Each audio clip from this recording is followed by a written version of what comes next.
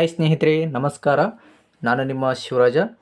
ನನ್ನ ಒಂದು ಯೂಟ್ಯೂಬ್ ಚಾನಲ್ಗೆ ನಿಮಗೆಲ್ಲರಿಗೂ ಸ್ವಾಗತ ಸ್ನೇಹಿತರೆ.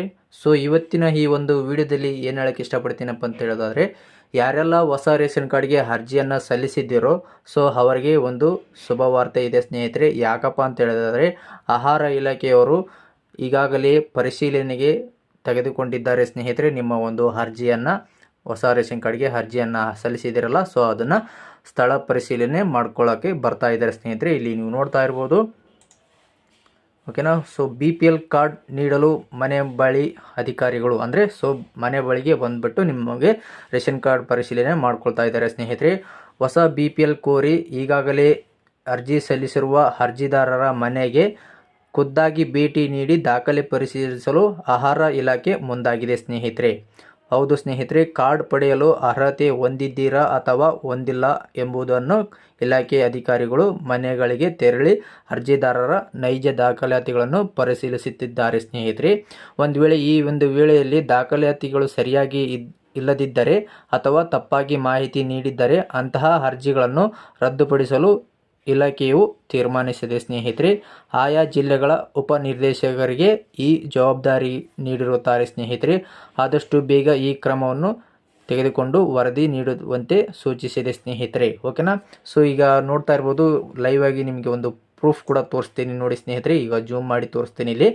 ಓಕೆ, ಸ್ಥಳ ಪರಿಶೀಲನಾ ವರದಿ ಅಂತ ಕೂಡ ಬಂದಿದೆ ಸ್ನೇಹಿತರೆ. ಇಲ್ಲಿ ನಮ್ಮೂರಲ್ಲಿ ಒಂದಿದೆ.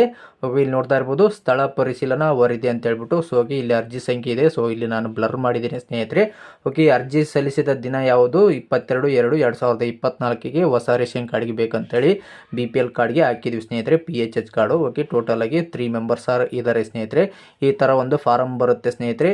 ಓಕೆನಾ. ಇಲ್ಲಿ ನೀವು ನೋಡ್ತಾ ಇರ್ಬೋದು, ಅರ್ಜಿದಾರರ ಘೋಷಣೆ ಅಂತ ಹೇಳ್ಬಿಟ್ಟು. ಸೊ ನಾನು ಈ ಮೂಲಕ ಘೋಷಿಸುವುದೇನೆಂದರೆ, ನಾನು ಮೇಲ್ಕಂಡಂತೆ ನೀಡಿರುವ ಮಾಹಿತಿ ತಪ್ಪು ಎಂಬುದು ಕಂಡು ಬಂದಲ್ಲಿ ಅಥವಾ ತಪ್ಪು ಮಾಹಿತಿ ನೀಡಿ ಪಡಿತರ ಚೀಟಿ ಪಡೆದಲ್ಲಿ ಸರ್ಕಾರದ ಆದೇಶದ ಸಂಖ್ಯೆ FFD 32 AO M 77D 23/9/1977 ಹಾಗೂ ಭಾರತ ದಂಡ ಸಂಹಿತೆ ಅಡಿಯಲ್ಲಿ ನನ್ನ ವಿರುದ್ಧ ಕ್ರಮ ಕೈಗೊಳ್ಳಬಹುದು ಎಂದು ಒಪ್ಪಿರುತ್ತೇನೆ ಅಂತ ಹೇಳ್ಬಿಟ್ಟು. ಸೊ ಇಲ್ಲಿ ನೀವು ಯಾರು ಅರ್ಜಿಯನ್ನು ಸಲ್ಲಿಸಿದಾರೋ ಸೊ ಅವರ ಒಂದು ಸೈನ್ ಮಾಡ್ಕೊಳ್ಬೇಕಾಗತ್ತೆ. ಹಾಗೆ ನೆರೆಹೊರೆ 3 ಸಾಕ್ಷಿಗಳಿಗೆ ಸೈನ್ ಮಾಡ್ಕೊಳ್ಬೇಕಾಗತ್ತೆ ಸ್ನೇಹಿತರೆ.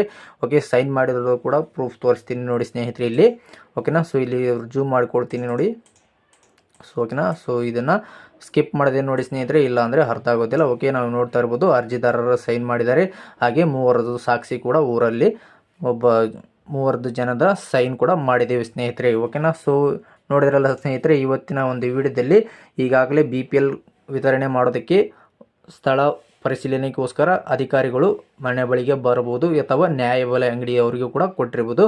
ಒಂದು ವೇಳೆ ನಿಮಗೆ ಈ ರೀತಿಯಾದ ಸ್ಥಳ ಪರಿಶೀಲನೆ ಒಂದು ವರದಿ ಬಂದಿದ್ದಲ್ಲಿ ನಮ್ಮ ಒಂದು ಯೂಟ್ಯೂಬ್ ವಿಡಿಯೋದಲ್ಲಿ ಕಮೆಂಟ್ ಮೂಲಕ ನೀವು ತಿಳಿಸ್ಬೋದು ಸ್ನೇಹಿತರೆ. ಹೌದು, ನನ್ನ ಹತ್ರ ಈ ರೀತಿಯಾಗಿ ಬಂದಿತ್ತು ಅಂತ ಹೇಳ್ಬಿಟ್ಟು. ಓಕೆನಾ. ಸೊ ಇಲ್ಲಿ ಇನ್ನೊಂದು ಮಾಹಿತಿ ನೋಡ್ತಾ ಇರ್ಬೋದು, 2017ರಿಂದ 2021ವರೆಗೆ ರಾಜ್ಯಾದ್ಯಂತ ಹೊಸ BPL ಕೋರಿ ಕುಟುಂಬ ಸದಸ್ಯರ ಸೇರ್ಪಡೆ ತಿದ್ದುಪಡಿ ಸಂಬಂಧಪಟ್ಟಂತೆ ಇಲಾಖೆಗೆ ಸಲ್ಲಿಕೆಯಾದ 39,04,798 ಅರ್ಜಿಗಳ ಪೈಕಿ 26,48,171 ಅರ್ಜಿ ಅನುಮೋದನೆಯಾಗಿದ್ದರೆ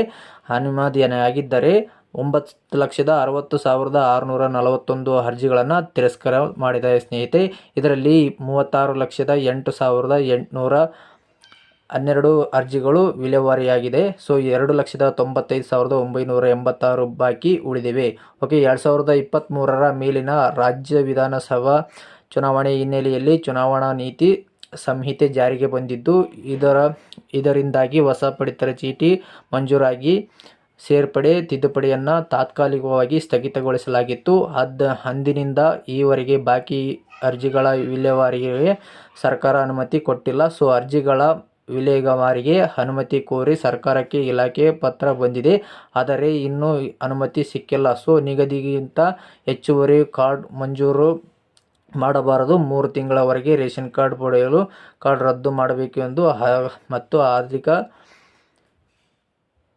ಆರ್ಥಿಕ ಸಬಲು ಪಡೆಯಲು ಕಾರ್ಡ್ಗಳನ್ನು ರದ್ದು ಮಾಡಿದ ಆಧಾರದ ಮೇರೆಗೆ ಹಂತವಾಗಿ ಅರ್ಜಿ ವಿಲೆ ಮಾಡಿ BPL ನೀಡಬೇಕು ಎಂಬುದು ಈಗಾಗಲೇ ಸರ್ಕಾರದಿಂದ ನೀಡಿದೆ ಸ್ನೇಹಿತರೆ. ಓಕೆನಾ. ಸೊ ಈ ಒಂದು ಮಾಹಿತಿ ನಿಮಗೆ ಇಷ್ಟವಾದಲ್ಲಿ ಲೈಕ್ ಮಾಡಿ, ಶೇರ್ ಮಾಡಿ, ಹಾಗೆ ಇನ್ನೂ ಹೆಚ್ಚಿನ ವಿಡಿಯೋಗಳಿಗಾಗಿ ನನ್ನ ಚಾನಲ್ನ ಸಬ್ಸ್ಕ್ರೈಬ್ ಮಾಡಿಕೊಳ್ಳಿ ಸ್ನೇಹಿತರೆ. ತುಂಬ ಧನ್ಯವಾದಗಳು.